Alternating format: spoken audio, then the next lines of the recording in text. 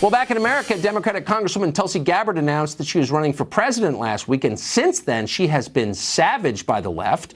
Gabbard is a veteran of the Iraq War. She's been smeared as a puppet of Bashar Assad in Syria because she opposes keeping American troops in that country. Wow. She's also been accused of bigotry for opposing gay marriage in 2004, when, by the way, Barack Obama and Hillary Clinton and every other major Democrat opposed gay marriage. So what is this really about? Glenn Greenwald is good at thinking through what things are really about. He co-founded The Intercept, and he joins us tonight. Glenn, this is not a defense of Tulsi Gabbard or endorsing all of her views or whatever, but I'm just watching this and I'm thinking, when did Tulsi Gabbard get to be the enemy of everyone? What is going on here?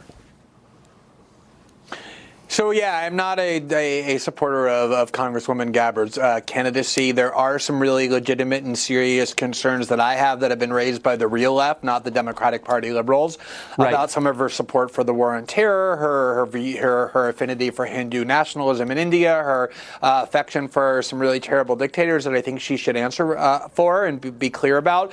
But what's really going on is twofold. One is that in 2016, she resigned from the Democratic National Committee because she accused Debbie Wasserman Schultz and the DNC of cheating on behalf of Hillary and then supported Bernie Sanders. So Democrats hate her for that.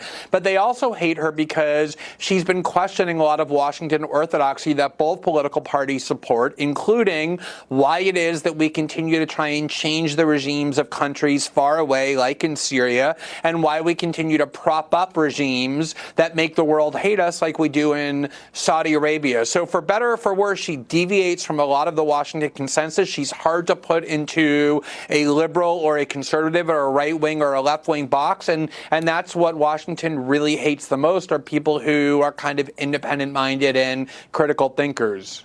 But there's something so stealthy and feline and dishonest about the way they're attacking her. If you don't like her foreign policy views, then let's just say so. But no one ever really wants to debate what our foreign policy should be. They just attack anybody who deviates from their own dumb ideas. Have you noticed this?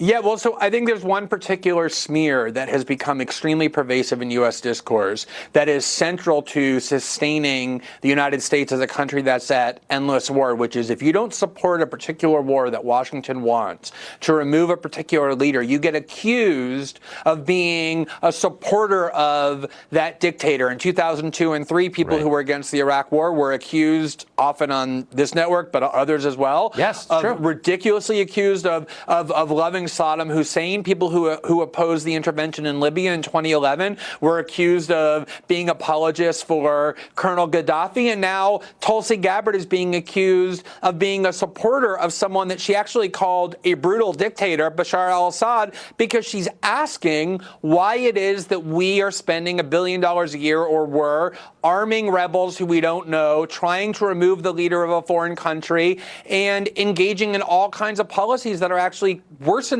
the security of the United States rather than helping them. You can criticize her, but to accuse her of being a supporter of, or a best friend of, as Claire McCaskill put it, Bashar al-Assad is just idiotic, but it's really toxic as well, because it's the kind of argument hauled out always to defend Washington foreign policy.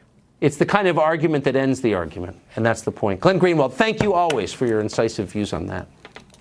Good to be with you, Tucker. Thanks. Thank you.